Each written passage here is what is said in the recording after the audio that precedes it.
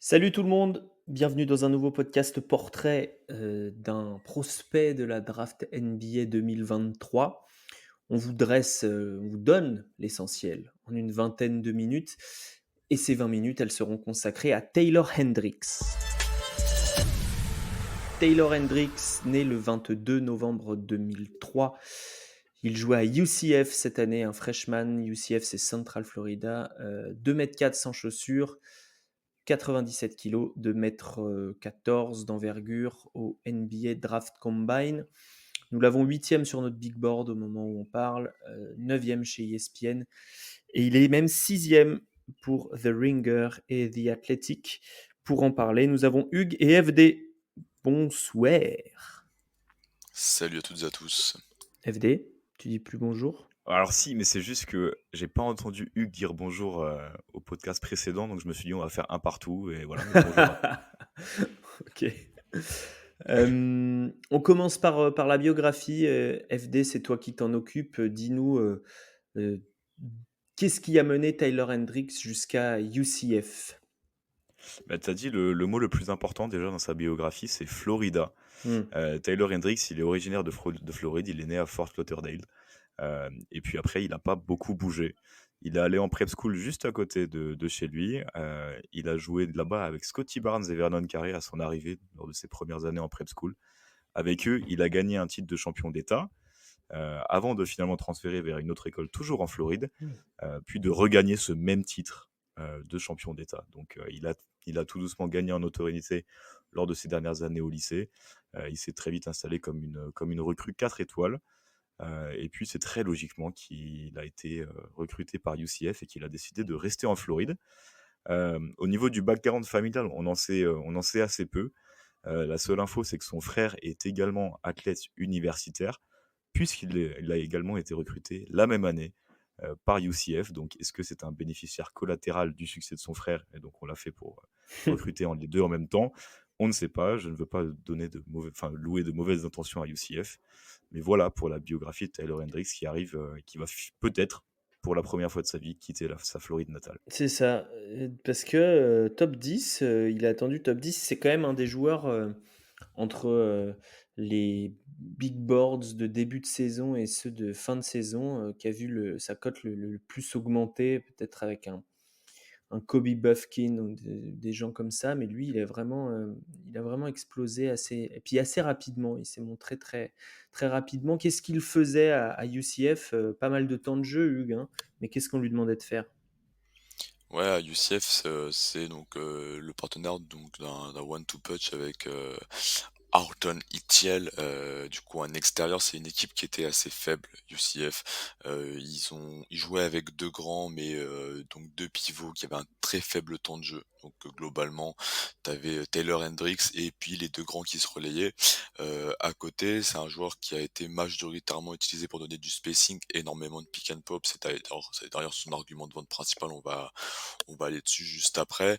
Et c'est un gars qui a apporté énormément de hustle dans la défense, qui s'est jeté sur tous les ballons qui tombaient par terre, qui a été un second rideau incroyable, qui a été un rebondeur aussi féroce, qui a souvent quitté sa position pour aller là-dessus. Donc c'est pour ça aussi qu'il est monté, c'est d'abord pour sa défense et par sa capacité à envoyer des longues filoches toute la saison, malgré un, comment dire, un supporting cast très très très moyen. Et est-ce qu'il y a eu une évolution tout au long de la saison, Hugues, dans ce rôle? Bah, il a eu de plus en plus de tickets shoot au fur et à mesure de la saison. On lui a demandé d'aller un peu plus vers le panier parce qu'il était efficace vers le panier, mais on est à 108 lay-up tentés au début de l'année. Vraiment, il était que autour de la périphérie et Hmm.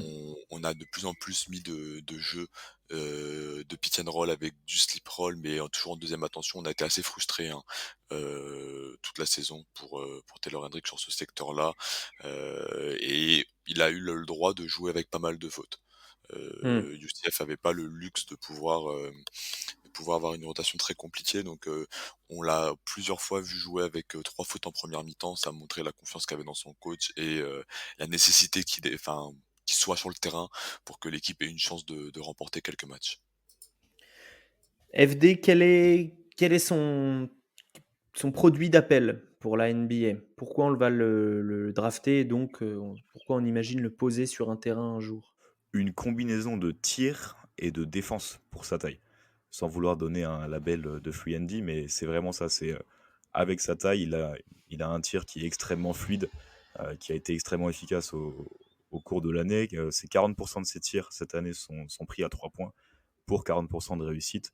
Donc avec un volume qui est quand même important et une très bonne réussite. C'est essentiellement du spot-up, comme l'a dit Hugues, soit sur du pick and pop, soit en laissant le guard play de Florida, enfin de UCF, se développer en attendant et en enchaînant les filoches. Il a des mécaniques très très fluides. Il profite de sa taille pour tirer parfois au-dessus du close-out parce qu'il a une mécanique qui reste légèrement du côté lent du spectre. Mais voilà, ça c'est pour le tir. Et puis de l'autre côté, un potentiel défensif, notamment hors ballon, Hmm. avec du hustle, avec de la lecture de jeu et avec des contres spectaculaires. Ça te donne un profil avec sa taille qui est alléchant pour les équipes NBA. Qui est potentiellement recherché, ce fameux protecteur de cercle plus écarteur de jeu offensif. Qu'est-ce qu'il peut améliorer dans son profil, Hugues, pour vraiment passer un cap et atteindre ce potentiel? Qu'est-ce qu'il y a encore peut-être à améliorer pour devenir ce gars qui défend cercle et qui shoot de loin? Ça va être plus côté mental en termes d'agressivité, je pense premièrement. Parce que on a vu un joueur avec beaucoup de toucher, que ce soit dans le tir extérieur ou près du panier ou dans le floater game, mais c'est un joueur qui a eu des longues phases d'absence. Tu peux avoir 10-15 minutes où Taylor Hendricks ne fait rien sur le terrain, où il va pas prendre de responsabilité. C'est quelque chose qui a pu être un peu frustrant alors que défensivement, il avait clairement cette intensité-là. On va devoir développer la polyvalence du tir parce que Hmm. c'est du catch and shoot, c'est du pick and pop. Est-ce que Taylor Hendricks va pouvoir se créer son propre tir autour de la ligne à 3 points, notamment sur des situations peut-être un peu stagnantes ou de hand-off? Est-ce qu'il va pouvoir, sur un hand-off, voilà, justement récupérer le ballon, voir son extérieur tourner autour de lui, puis si rien se débloque, déclencher? C'est pas quelque chose qu'on l'a vu faire. Vraiment, pour lui, il faut qu'il reçoive la balle et qu'il déclenche directement, sinon il transmet le ballon. Donc voilà, plus de polyvalence, plus d'agressivité. On croit quand même, j'ai l'impression, à sa capacité à finir au panier. Donc pareil, au niveau de la pose d'écran, développer ce jeu sur pick and roll, un peu plus mettre de l'impact sur ses écrans et rouler vers le cercle. FD, il était en mid-major, Taylor Hendricks, et en plus pas dans une énorme fac, donc première partie saison, ils n'ont pas joué des adversaires non plus extraordinaires. Il est capable de finir au cercle en NBA, c'est un athlète NBA. Athlète NBA, oui. Athlète NBA en termes d'explosivité, il l'a.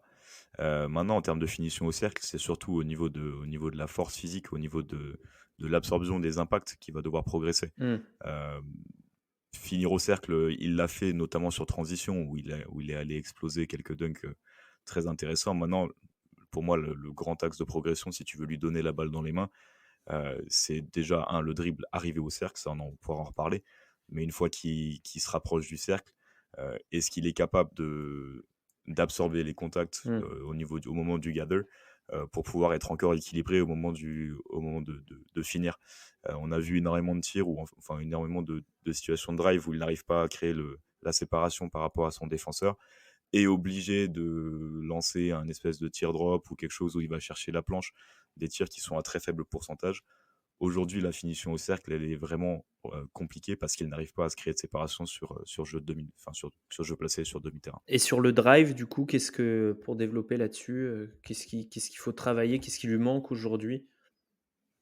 Bah, à la fois une qualité de dribble pour faire la séparation, une qualité de dribble ou bien peut-être des feintes sur le spot-up où il n'est pas encore capable, même quand le défenseur sort fort sur son tir, parce que son tir est respecté, mais d'attaquer sur le premier Hmm. pas. Donc c'est des Et appuis puis même ensuite, quasiment, plus que ouais, du dribble, quoi. ouais, c'est sur les appuis, parce que sur les jambes, sur le bas du corps, il manque encore de force. Hmm. Donc un petit bump le le désaxe totalement et l'empêche de continuer vers le cercle. Euh, et puis enfin, peut-être, voilà, il manque un peu peut-être un spin ou, ou un teardrop pour en fait, voilà, s'il ne veut pas aller au contact, qu'il puisse quand même finir proche du panier. On va Donc, faire du de la travail. polyvalence, comme parlait Hugues, ça peut se développer et je pense que ça va se développer. Et Hugues, défensivement, est-ce qu'il y a des trucs à améliorer aussi au-delà de l'agressivité dont tu as parlé? Pouvoir encaisser au niveau des changements de direction, c'est un joueur qui est très bon dans le second rideau. Hmm. Mais c'est un joueur sur pick and roll quand il va être attaqué par des extérieurs, ils vont beaucoup lui attaquer au niveau de son centre de gravité.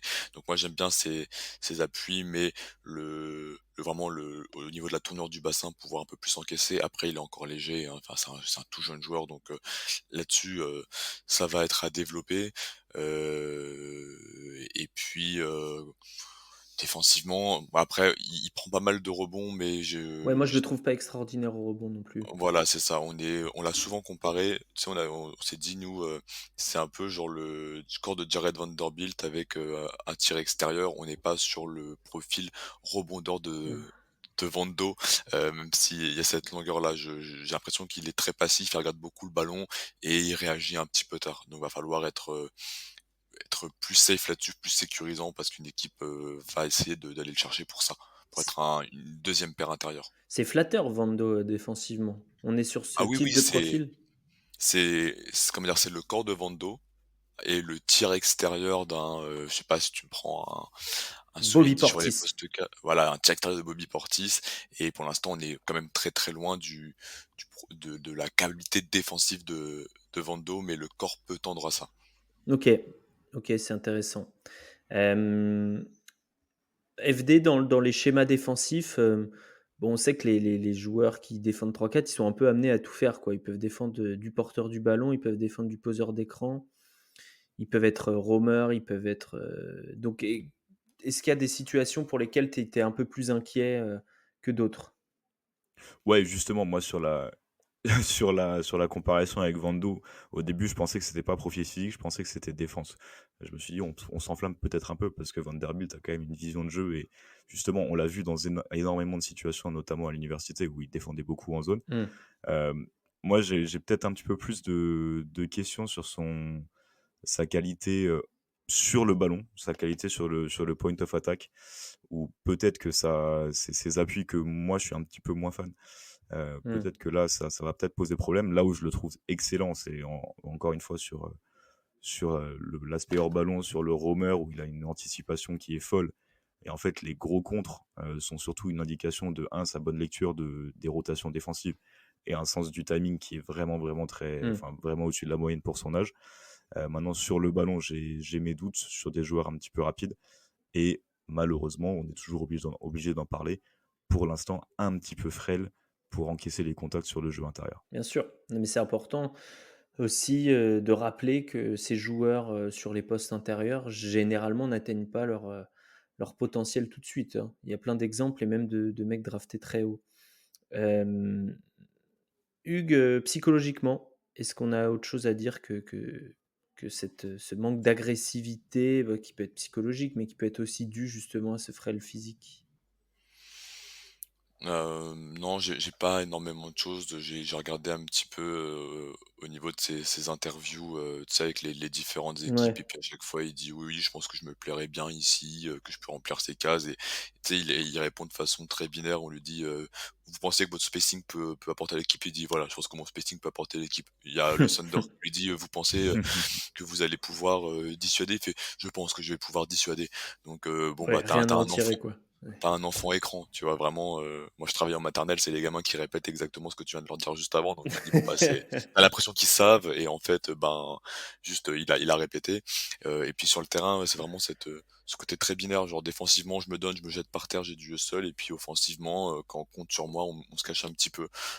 Après, comme on le disait, on projette pas un garçon sur lequel on va compter offensivement sur les premières années. C'est pas là-dessus qu'on le draft et une équipe ne devrait pas se dire, en tout cas j'espère, ne devrait pas se dire je prends Taylor Hendricks Ouais. parce que je veux un finisseur au panier de pick and roll top top top tout de suite et j'ai besoin d'un attaquant. Hmm. En tout cas, si c'est le cas, erreur de casting à mes yeux. FD, justement, on parle de l'année 1 là, si on se concentre juste sur l'année 1, pour toi, qu'est-ce qu'il faut lui faire faire? Ah, comme l'a dit Hugues, offensivement, le jouer à fond sur son tir. Ne lui demander que très, très peu de responsabilités, balle en main. L'utiliser comme un floor spacer, c'est là qu'il a été excellent en début de saison avec UCF. C'est ça qu'il peut apporter en NBA, c'est ça qui va le mettre en confiance. Lui laisser le temps sur les années 2, 3, 4 pour développer des répétitions balle en main, développer des répétitions en tant que de pick and roller. Pour l'instant, je pense en spacing, en apportant du spacing dans une équipe qui a déjà euh, des créateurs avec le ballon. Je pense que c'est ça le contexte qui lui ira le mieux. Et puis défensivement, voilà, le mettre en tant que roamer sur des courtes séquences où il va pouvoir apporter par sa dissuasion, mais ne pas, pour moi, c'est pas un mec que tu envoies déjà en mission défensive dès sa première Mmh. année. En tout cas, pas sur le ballon. Tu parles de année 2, 3, 4 pour toi, sur la fin du contrat, donc admettons année 4, c'est quoi le meilleur scénario possible et puis un scénario un peu plus médian? Pour moi, le meilleur scénario possible, c'est un mec qui a gardé sa précision au tir, donc qui est un tireur à 39-40% en NBA, Mmh. qui est capable, quand les défenses sortent fort sur lui, de poser un ou deux dribbles et d'aller finir fort au panier, et qui défensivement a montré qu'il pouvait être un défenseur sur pick and roll, peut-être pas forcément en drop, mais quelqu'un qui peut être efficace au point of attack, euh, en faisant des edges, tout en gardant cette capacité en deuxième rideau d'aller faire des comptes. Si ça fonctionne pas, ça restera un très très bon défenseur hors ballon, euh, et un tireur de, de bon niveau, capable, voilà, il a quand même des skills balle en main, des petites passes, donc ça va être plus que seulement un tireur. Euh, donc ça reste quand même un attaquant qui va pouvoir apporter quelque chose, j'espère, dans 3-4 ans. Hugues, est-ce que tu as des choses est-ce que tu vois les choses différemment par rapport à ces scénarios, médians et meilleurs scénarios possibles? Non, je suis complètement d'accord avec ça. Je regardais un petit peu là dans les conférences des profils qui pouvaient ressembler. Tu vois, un développement Chris Boucher, qui avait fait un peu d'années à Oregon, Mmh. mais dans ce genre-là, alors Mmh. qu'il a dû jouer petit pivot. Les McDaniels, Jaden et Jalen, encore une fois, ce profil-là, c'est des choses que j'aime bien, qui ont mis un petit peu de temps à se développer et qui maintenant sont des défenseurs référencés. Euh, mais ça me pose la question, moi, de pourquoi est-ce qu'on l'achète aussi haut partout, quoi. Je l'ai un peu plus bas. Ouais. Je, je comprends le profil, je vois la rareté du profil sous Yendi et tout, mais pour moi, c'est casse-gueule pour le garçon d'être pris sixième, septième, comme je peux le voir projeté du côté d'Indiana ou du côté d'Orlando. Donc Ouais. voilà, va falloir laisser du temps au garçon et je préférais qu'il glisse un petit peu, qu'il tombe dans une équipe comme Dallas ou une équipe de ce profil-là qui lui conviendrait peut-être un peu mieux. Mmh. Tu es d'accord FD avec ça? Ouais, totalement. Pour moi, Dallas, en fait, quand j'ai dit une équipe où on va juste lui demander de faire du spot-up avec des mecs qui créent avec la balle, j'avais Luka Doncic et Kyrie Irving en tête. Pour moi, voilà, c'est le contexte parfait pour lui. En tout cas, parfait pour qu'il puisse apporter dès la première année, pour son développement personnel. Peut-être le mettre dans une équipe où justement on va lui donner des balles, on va lui donner des répétitions avec la balle, on va le laisser faire plus de choses. Mais si on veut qu'il soit efficace dès la première année offensivement, c'est dans ce rôle qu'il faut le mettre. Donc oui, totalement d'accord. Eh bien voilà, vous êtes parfaitement d'accord. Il n'y a pas de débat sur Tyler Hendricks, c'est très bien. C'est beau, c'est beau quand vous vous mettez d'accord tous ensemble. C'est beau ou c'est ennuyeux en fait. Tu peux dire les deux. On peut dire les deux, mais bon, moi j'aime bien cette espèce d'accord, alors que Hugues est parfois vu comme quelqu'un avec des positions extravagantes. En, en plus, t'as deux voix assez graves, vraiment, pour faire de l'ASMR pour dormir, c'est parfait. C'est ça. Vous faites une playlist Taylor Hendricks en répétition, Tu les te- gars, et je vous fais Tu une petite nuit de t'endors, sommeil tu te réveilles et incroyable. t'entends finalement à peu près la même chose. Dans une voix différente. C'est génial. C'était le profil express mais complet de Tyler Hendricks, joueur de UCF candidat à la draft NBA 2023. Son profil à retrouver sur YouTube, sur nos plateformes d'écoute, comme tous les autres. On a plus de 20 profils publiés et il y en aura peut-être même un peu plus de 25 au total. Donc c'est à consulter, à consommer sans modération. Activez les cloches, voilà tout ce que disent les gens qui font ce genre de vidéos. On vous embrasse, suivez la draft, allez sur envergure.co et des bisous, ciao.